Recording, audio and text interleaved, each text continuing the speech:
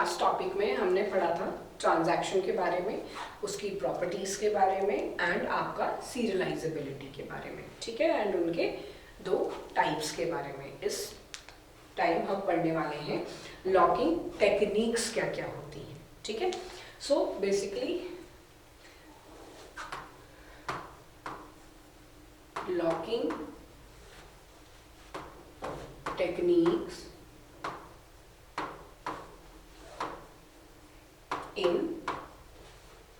concurrency control.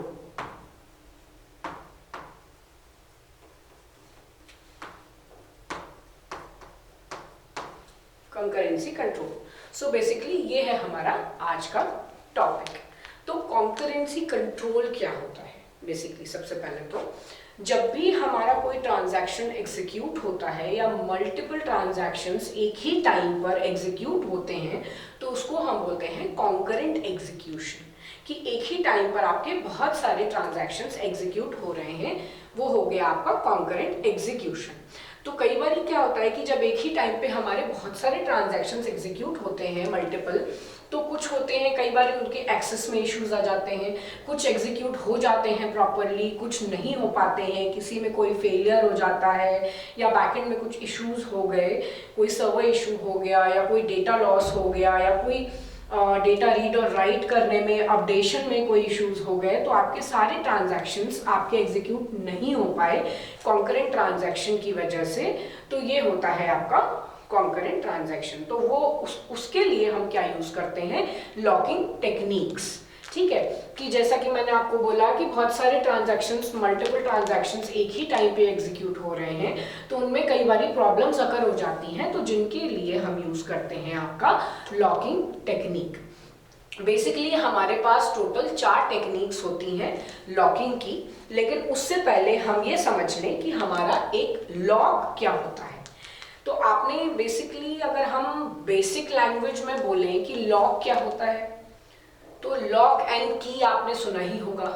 Lock basically ताला, जिसको कि हम बोलते हैं कि आप जब भी आप कोई चीज को सेफ रखना चाहते हो, किसी चीज को आप किसी और से शेयर नहीं करना चाहते, सेफ रखना चाहते हैं, या फिर आपको एट अ टाइम पे वन टाइम पर यूज देना चाहते हो, तो उसको आप क्या करते हो, लॉक करके रखते हो।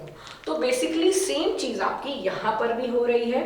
लॉक क्या होता है आपका डीबीएमएस में, ये क्या करता है, कॉन्करेंट एक्सेस को कंट्रोल करता है, ठीक है। ये क्या करता है, एक टाइम पर एक ट्रांजैक्शन एक ही डेटा आइटम को यूज कर सकता है। इस बात का ध्यान कौन रखता है, हमारा लॉक इस बात का ध्यान रखता है। तो ये क्या करता है कि ये लॉक लगा देता है उन चीजों पे, ताकि आपका एक टाइम पर एक ही ट्रांजैक्शन एक डेटा आइटम को यूज कर पाए। तो वो उस बाकी डेटा आइटम्स को लॉक कर देता है और उनके एक्सेस को भी वो उस तरीके से ग्रांट करता है जिस तरीके से आपका ट्रांजैक्शन स्मूथली कंडक्ट हो जाए और एक टाइम पर एक ही ट्रांजैक्शन एक डेटा आइटम को यूज कर पाए। तो उसके अकॉर्डिंग आपके ये एक्सेस जो है वो मैनेज हो पाते हैं, इसलिए हम लोग लॉक का यूज करते हैं, ठीक है। बेसिकली हमारे पास 2 टाइप होते हैं लॉक के, ठीक है। 2 टाइप्स होते हैं, एक होता है हमारा शेयर्ड लॉक और एक होता है हमारा एक्सक्लूसिव लॉक।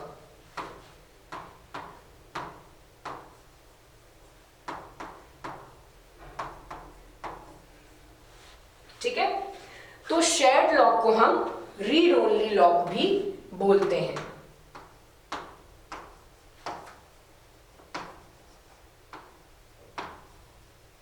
शेयर्ड लॉक को हम रीड ओनली लॉक भी बोलते हैं, ठीक है। तो इसमें क्या होता है कि जैसे कि आपको इसके नाम से पता चल रहा है, शेयर्ड लॉक का मतलब ये है कि ये एक ऐसा लॉक है जिसको कि हम शेयर कर सकते हैं बिटवीन ट्रांजैक्शंस, ठीक है। कि फॉर एग्जांपल हमारा एक ट्रांजैक्शन को एग्जीक्यूट कराना है, पहले इस ट्रांजैक्शन का काम है, तो पहले हम अपना लॉक इस ट्रांजैक्शन को प्रोवाइड कर देते हैं, और वंस वो ट्रांजैक्शन प्रॉपर तरीके से आपका एग्जीक्यूट हो जाए तो उसके बाद हम उस ट्रांजैक्शन को वहां से लॉक हटा करके हम दूसरी जगह भी उसको यूज कर सकते हैं। तो बेसिकली आपका शेयर्ड लॉक क्या होता है, ये क्या करता है, इनको हम शेयर कर सकते हैं बिटवीन ट्रांजैक्शंस, उनको हम बोलते हैं शेयर्ड लॉक। क्योंकि ये क्या करता है कि जब भी वो एक लॉक को होल्ड करता है, एक ट्रांजैक्शन के टाइम पर एक लॉक को होल्ड करता है, तब तक के लिए दूसरे ट्रांजैक्शंस के पास कोई परमिशन नहीं होती उस लॉक को अक्वायर करने के लिए। ठीक है, तो जैसा कि मैंने कहा कि वो लॉक आपका शेयर तो हो सकता है, बट ऐसा नहीं है कि वो एक ही टाइम पे 5 जगहों पे आपने शेयर कर दिया। इट इज पॉसिबल कि आप एक टाइम पर आपका वो लॉक एक जगह उसने अक्वायर कर लिया है, और फिर जैसे ही आपका वो लॉक आपका एग्जीक्यूट हो गया, फिर आपने उसको वहां से हटा करके दूसरे को दे दिया ताकि वो दूसरा ट्रांजैक्शन एग्जीक्यूट करा पाए। सो बेसिकली इसको हम बोलते हैं शेयर्ड लॉक। एक्सक्लूसिव लॉक क्या होता है, इसमें आपका, और ऑल्सो जैसा कि मैंने आपको बोला कि ये रीड ओनली लॉक है, इसमें कोई भी डेटा आप राइट नहीं कर सकते, इसमें जो भी आप काम करेंगे वो रीड ओनली पे ही चलेगा। रीड कर सकते हो आप, राइट नहीं कर सकते, कोई चीज अपडेट नहीं कर सकते हैं आप, बस आप इस पे रीड ओनली की चीजें यूज कर सकते हैं। जैसे कि आपने देखा होगा जब भी आप कोई file, for example word file हो, कोई एक्सेल फाइल हो, जिनको कि आप डाउनलोड करते हो, तो कई बारी वो रीड ओनली होती है, या फिर किसी और ने आपको शेयर करी है कोई फाइल, ठीक है, आपको कोई डेटा आपने अपने किसी कलीग से, किसी फ्रेंड से आपने कोई डेटा लिया है, जिसको कि आपको उसी डेटा पे आपको भी काम करना है, और आपको एक सिमिलर डेटा बनाना है, तो आप क्या करते हो, आप अपने फ्रेंड से वो डेटा बोलते हो कि आप मुझे शेयर कर दो, तो वो कई बार आपको रीड ओनली फाइल शेयर करते हैं। क्यों? ताकि उनके डेटा में कोई चेंजेस ना हो पाए। ठीक है, कि आपको मैं डेटा शेयर कर रही हूँ बट आप उसमें कोई चेंज ना कर पाओ, इसलिए मैं आपको रीड ओनली फाइल शेयर करती हूँ। तो वो होता है आपका शेयर्ड लॉक, कि हम उस लॉक को शेयर तो कर सकते हैं बट हम उसमें कोई अपडेशन, कोई चेंजेस कुछ भी नहीं कर सकते। और दूसरा होता है आपका एक्सक्लूसिव लॉक। एक्सक्लूसिव लॉक में क्या होता है कि हम उसमें रीड और राइट दोनों कर सकते हैं, उसमें हम आराम से अपडेट्स कर सकते हैं, कोई चेंजेस कर सकते हैं, एक्स्ट्रा चीजें रीड राइट ऐड कर सकते हैं। तो इसलिए ये क्या होता है, इसमें रीड और राइट दोनों ही पॉसिबल है और शेयर्ड लॉक में नहीं है। ठीक है, तो बेसिकली हमारे पास 4 टेक्निक्स होती हैं लॉकिंग की।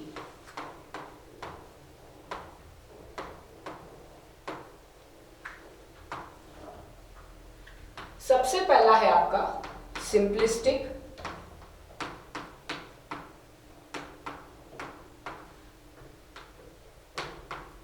दूसरा है आपका प्री क्लेमिंग,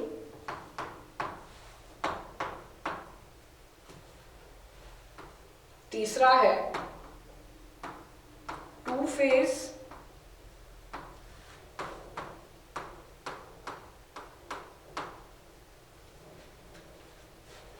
एंड चौथा है आपका स्ट्रिक्ट टू फेज लॉकिंग।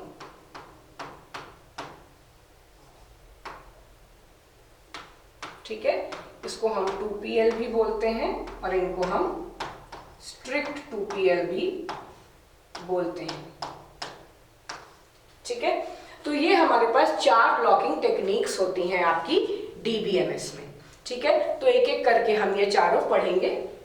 तो सबसे पहला हमारा है सिंपलिस्टिक लॉकिंग प्रोटोकॉल। ठीक है, सिंपलिस्टिक लॉकिंग प्रोटोकॉल आपका सबसे सिंपल लॉकिंग प्रोटोकॉल है।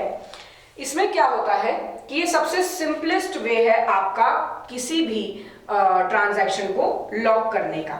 ठीक है, ये क्या करता है, ये सबसे सिंपल तरीका है किसी भी ट्रांजैक्शन को एक ट्रांजैक्शन के टाइम पे डेटा को लॉक करने का। ठीक है, सिंपल बेस्ड प्रोटोकॉल क्या करता है, ये सारे ट्रांजैक्शंस को लॉक अक्वायर करने देता है। ठीक है। तो एक टाइम पर जो है आपका जब भी कोई ट्रांजैक्शन काम कर रहा है तो सिंपलिस्टिक प्रोटोकॉल क्या करता है कि ये आप जितने भी ट्रांजैक्शंस पे परफॉर्म कर रहे हैं वो सारे ही ट्रांजैक्शंस एक ही बार में लॉक को ऑब्टेन कर सकते हैं। ये होता है आपका सिंपलिस्टिक लॉकिंग प्रोटोकॉल, ठीक है। दूसरा है आपका प्री क्लेमिंग लॉकिंग टेक्निक, तीसरा है आपका टू फेज एंड चौथा है आपका स्ट्रिक्ट टू फेज, ठीक है। सबसे इंपॉर्टेंट जो आपके होते हैं इनमें से वो है आपके टू फेज लॉकिंग और उसके बाद है आपका स्ट्रिक्ट टू फेज लॉकिंग। तो सबसे पहले तो आपको एक और चीज ये पता होनी चाहिए कि जो हमारा 2PL है, टू फेज लॉकिंग, ये हमारे 2 फेज में काम करता है, ठीक है। एक होता है आपका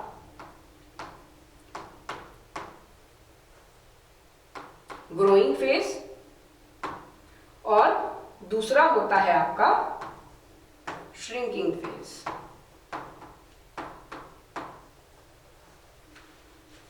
ठीक है।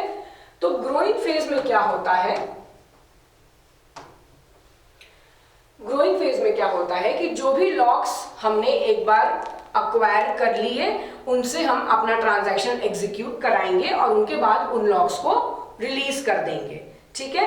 पहले हमने नए लॉक्स को अक्वायर किया, फिर उसके बाद हमने उनको ट्रांजैक्शन पे प्रोवाइड किया उन लॉक्स को, फिर जैसे ही हमारा ट्रांजैक्शन एग्जीक्यूट हो जाएगा हम उन लॉक्स को रिलीज कर देंगे। और श्रिंकिंग फेज में क्या होता है कि कोई भी नया लॉक अक्वायर नहीं किया जाता। ग्रोइंग फेज में हम नया लॉक अक्वायर कर सकते हैं, ठीक है, बट श्रिंकिंग फेज में हम कोई नया लॉक अक्वायर नहीं कर सकते। श्रिंकिंग फेज में हम क्या करते हैं, जो भी हमारे एग्जिस्टिंग लॉक्स हैं, पहले से हमने जो लॉक अक्वायर कर रखे हैं, जो एग्जिस्टिंग लॉक्स हैं, उनसे हमारा जब ट्रांजैक्शन एग्जीक्यूट हो जाता है तो हम उन लॉक्स को रिलीज कर देते हैं, बट कोई भी नया लॉक हम अक्वायर नहीं कर सकते। ये होता है हमारा श्रिंकिंग फेज। और आपका ग्रोइंग फेज में हम नया लॉक अक्वायर करते हैं, फिर हम जैसे ही हमारा ट्रांजैक्शन एग्जीक्यूट हो जाता है तो हम उस लॉक को रिलीज कर देते हैं। तो ये होता है हमारा टू फेज लॉकिंग का प्रोटोकॉल।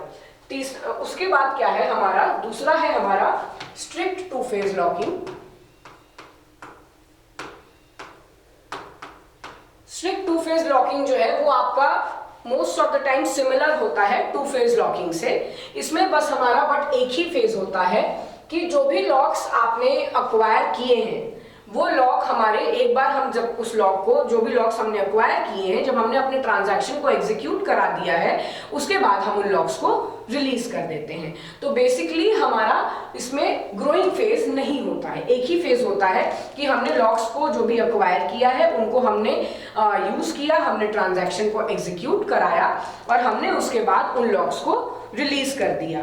तो वो होता है हमारा स्ट्रिक्ट टू फेज लॉकिंग।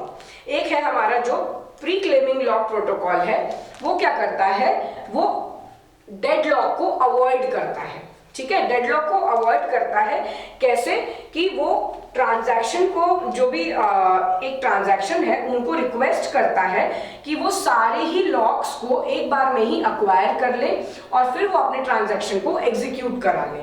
तो बेसिकली इससे क्या होता है कि कोई भी ट्रांजैक्शन को वेट नहीं करना पड़ता और वो उस डेडलॉक के फेज में नहीं जाता है। तो ये होता है आपका प्री क्लेमिंग प्रोटोकॉल, ठीक है। तो प्री क्लेमिंग में क्या होता है बेसिकली कि ये क्या करता है, ये एक बार में ही सारे लॉक्स प्रोवाइड करा देता है जिससे कि आपका डेडलॉक का फेज अकर ही नहीं होता है और आपका ट्रांजैक्शन स्मूथली एग्जीक्यूट हो जाता है। तो बेसिकली ये थे हमारे 4 लॉकिंग टेक्निक्स। इनमें 2 प्रॉब्लम्स अकर होती हैं, एक होती है हमारी डेडलॉक और एक होती है हमारी स्टार्वेशन।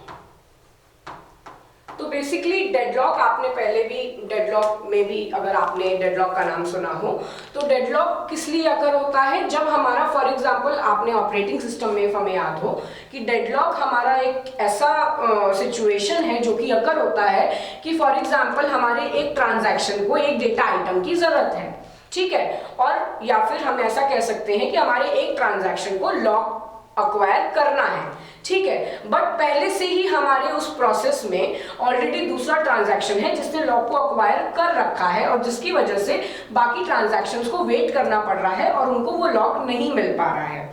तो इस फेज में क्या हो जाता है कि कई बारी बहुत ज्यादा टाइम के लिए वेट करना पड़ सकता है, तो उस सिचुएशन को हम क्या बोलते हैं कि वो डेडलॉक है, ठीक है। क्योंकि हमारा ट्रांजैक्शन बहुत देर से वेट कर रहा है कि जब हमारा वो लॉक रिलीज होगा तब हमारे अगले ट्रांजैक्शन को वो लॉक मिलेगा एंड तभी जाकर के वो आगे अपना ट्रांजैक्शन एग्जीक्यूट करा पाएंगे या उनको लॉक अक्वायर दे पाएंगे ताकि वो अपना एक्सेस का इशू सॉल्व कर पाए। तो जिसकी वजह से वो टाइम बहुत ज्यादा लग रहा है तो उससे हमारा डेडलॉक अकर हो जाता है। तो इस प्रोसेस को हम बोलते हैं डेडलॉक। दूसरा आपका क्या है, दूसरा है आपका स्टार्वेशन। स्टार्वेशन भी आपकी एक प्रॉब्लम है जो कि अकर हो जाती है। किस वजह से कि जो आपका कॉन्करेंसी कंट्रोल मैनेजर है वो जो है कि प्रॉपर तरीके से डिजाइन नहीं कर पाया है चीजों को, कि हमें फॉर एग्जांपल अगर हमें कोई ट्रांजैक्शन एग्जीक्यूट कराना है तो हमने उसके लिए एक प्रॉपर डिजाइन प्रिपेयर कर रखा है कि हाँ सबसे पहले ये वाला ट्रांजैक्शन जाएगा, उसको लॉक असाइन होगा, फिर वो एग्जीक्यूट होगा और फिर वो रिलीज हो जाएगा, फिर अगला आएगा and so on like that. But since हमारा जो कॉन्करेंसी कंट्रोल मैनेजर है उसने प्रॉपर तरीके से वो डिजाइन को नहीं मैनेज किया हुआ है, नहीं प्रिपेयर किया हुआ है, तो जिसके वजह से हमारी दूसरी जो कंडीशन है स्टार्वेशन वो अकर होती है और हमारा ट्रांजैक्शन प्रॉपर तरीके से एग्जीक्यूट नहीं हो पाता है, ठीक है। That's all for today. बाकी हम नेक्स्ट क्लास में, नेक्स्ट वीडियो में हम कवर करेंगे। Thank you.